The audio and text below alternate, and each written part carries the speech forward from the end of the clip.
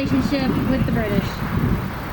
The Shawnees controlled all the silver in Ohio, Indiana, Kentucky, Virginia, and Pennsylvania. They knew where all the mines were at. No other tribe knew where they were at. So if you wanted silver, you're going to the Shawnee. If you wanted salt, you're going to the Shawnee because they also controlled the salt mines in Ohio, Indiana, and those other places. There was another thing that the British wanted them other than the land. They also wanted the Shawnee to continue to trade furs with them. The Shawnee are considered by other woodland tribes to be the most powerful warriors of all the tribes. And their women were often sought to be the most, because they were the most powerful healers. They knew medicinal secrets and herbs that other tribes did not. And so they were friends with other tribes. And these other tribes told the British, do not confront the Shawnee. When the Iroquois sold Ohio and Indiana to the British in 1763, they turned around and said, these are our lands, by the way, don't cross those territory because you don't want to mess with the Shawnee. The British didn't listen because all they wanted was the land. So during this time period, the British would steal Shawnee women and children and put them into slavery. And they would also kill women, children, and men. They didn't care. A Shawnee was a Shawnee, is a Shawnee, is a Shawnee. Doesn't matter if you're a man, woman, or child.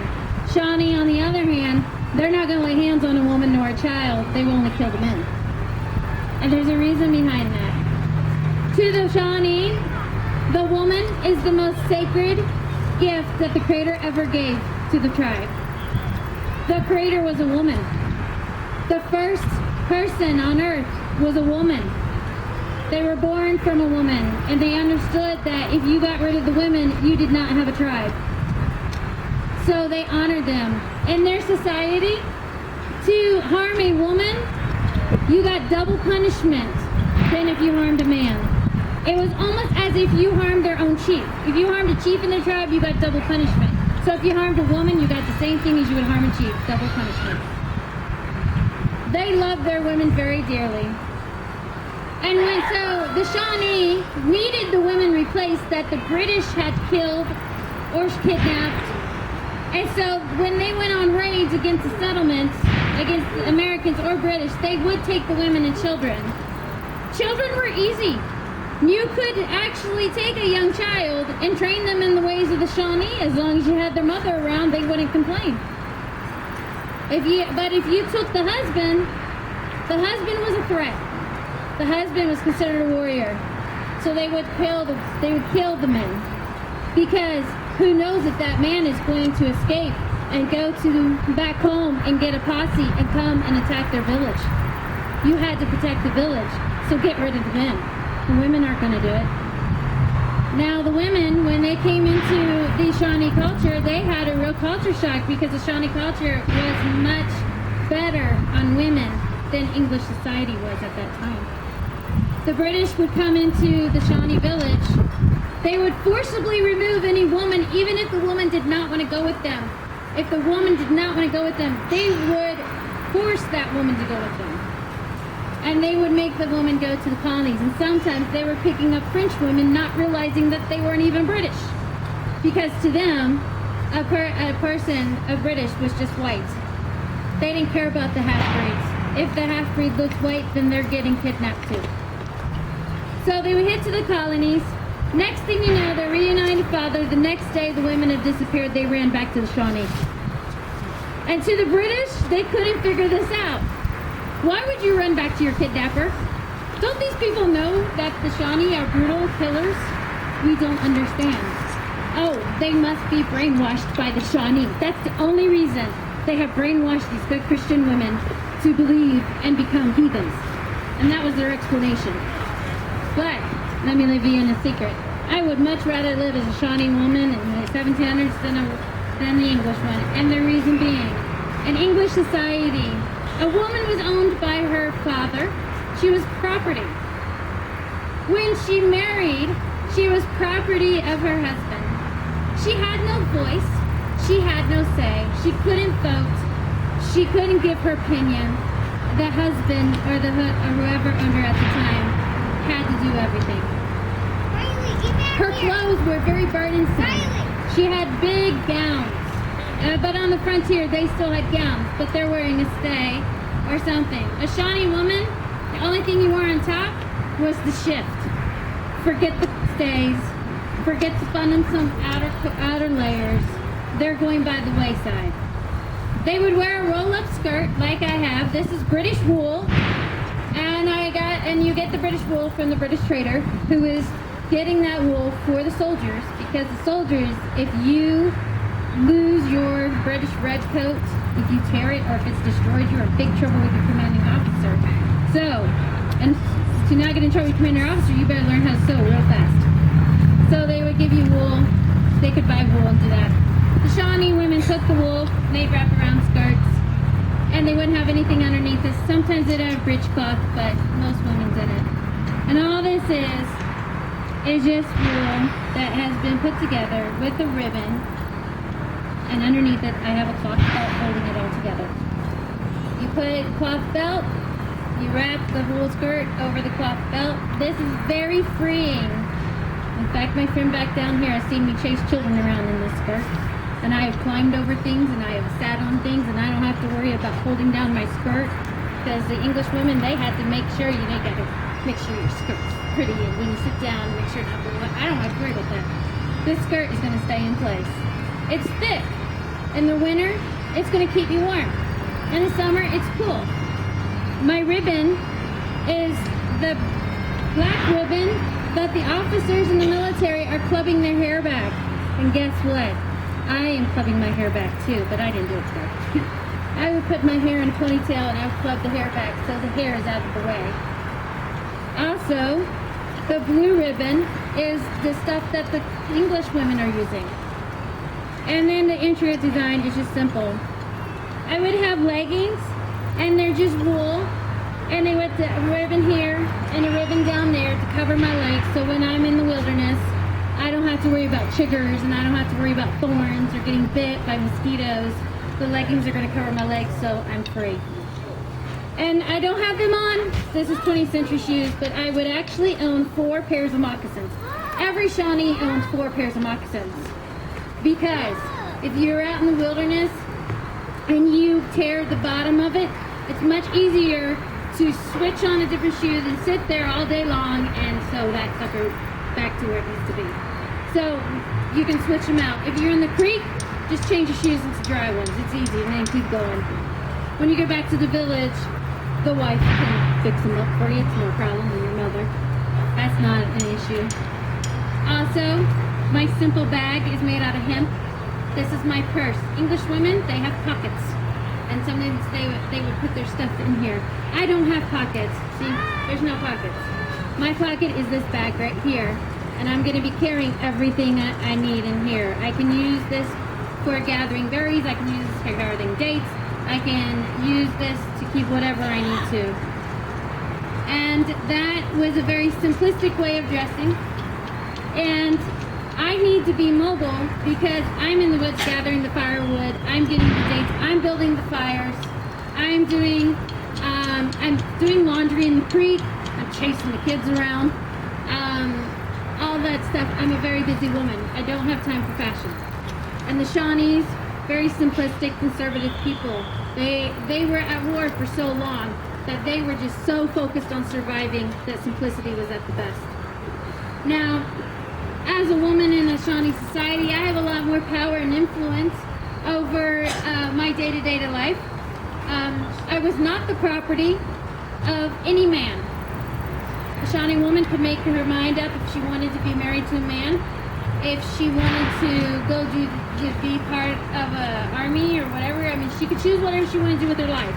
As long as she continued to take care of her children, she was fine. In fact, at a council meeting, when Shawnees were trying to figure something out, a lot of times you see in pictures, it's just men in the council house. Those pictures are wrong. The Shawnees believed in order to get the best image, the best decision that you can on any issue, they needed the input from the women, and they needed input from the men, and they needed input from the elders, and the elders were men and women. So they would gather these important people around, and the war chief's wife was involved.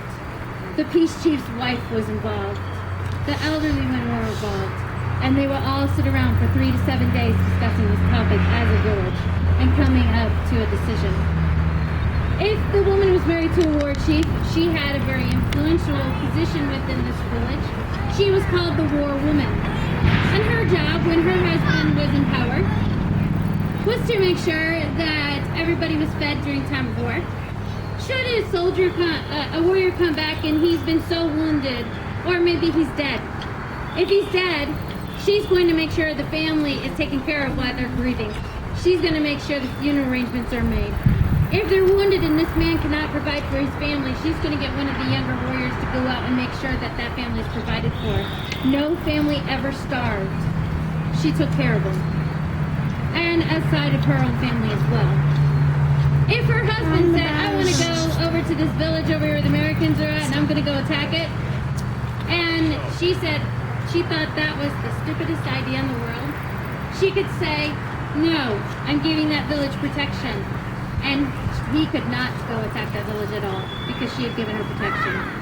Same thing if a captive was brought in and she didn't think it was very wise of her husband to decide to kill the captive, she could stand up and stand in front of him and say, no, he has my protection. As long as she protected the enemy village or the enemy captive, he could not touch either one. He had to listen to the wife. Now that does not mean that she had power over her husband. It meant that they had to come together as a unit and agree to do what they wanted to do with the enemy. And during times of famine or emergencies, she was leading the village to evacuation. She made sure everybody was safe and sound and taken care of. She knew every man, woman, and child in that village, and she made sure everybody was okay. The peace chief, on the other hand, his wife was as equivalent of a chief as well. His wife made sure that everybody's needs were taken care of, that she was in charge of the farm, she was in charge of the entire village, making sure that the women had what they had to take care of their men and their families.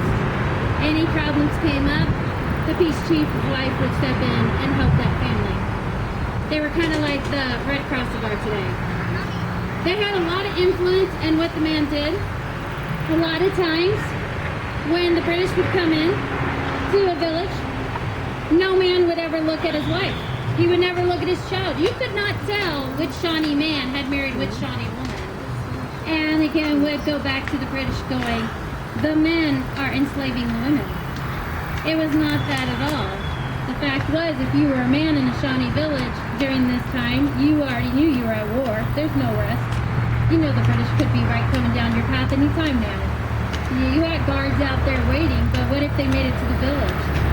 You don't want these people, any newcomers, to find out who you're related to, because the British were very good about kidnapping and killing your wife and children. So if you're going to protect your wife and children, don't let them know who they are. Don't let the British know at all who they are and where they're at. And sometimes, when the people would be in the village, they would see men just laying around with guns and the women working. So the message would go back to the British, hey, the women are slaves. The men just lay around and do nothing. It was not true. The men are at war. Once again, they're not just laying around. They're making you think they're being lazy. On the other end, they're keeping careful watch on every single thing that you're doing in their village. Because if you come and you harm one person, you're going to get attacked. On the other hand, while they're on the trail, the Shawnees did move a lot. During this time, the Shawnee men carried guns. The women had the loads on their back, and they were at the back of the line while the men were in the front of the line. There was always two men, though. The war chief would be in the front, and he would be protecting the peace chief and his family, and then there would be warriors there, and then the women. And then at the back of the line, there would always be a warrior at the tail. Because you don't know which direction the British are going to show up, if they show up at all. It could be the British Army, it could be the settlers. But at that time, it didn't matter. There were even things called Indian hunters out there. Indian hunters were hired by the British to kill Shawnee, and as long as they produced a Shawnee scalp, they got paid very good for that. Because, if you're the best warriors in the land, and the enemy wants to take you out, who best to use but other people? So, a message comes back and to the British saying, those women are just slaves. They were not slaves. The men were armed, ready. They were a moving army. They were ready to attack anybody who threatened their family. So the women were very cherished. They were so cherished that when it came time to have a baby, the Shawnees would allow the woman 10 days of no work whatsoever and allow the man and his children and the wife to bond as a unit together and welcome that child in. The husband also, when the new baby came in, he could not be intimate with his wife until the baby was weaned, and that took 2 years. Also, whenever she was on her horse, okay, she was taken away from the village. A lot of people think, well, she was just kicked out of the village. She was not. The Shawnees believed that a woman had such great power within her to give life that should the scent of that blood be smelled by a warrior, she would take away his power to kill and provide and protect her. So in order to protect the husband and the other warriors, it was in the best interest for that woman to be separated from them while she was going through her cycle. But while she was also going through her cycle, the elders and the other women were feeding her family, taking care of her chores, doing what needed to be done to help take care of her husband. And her husband was helping out as well, if he was in the village. If he was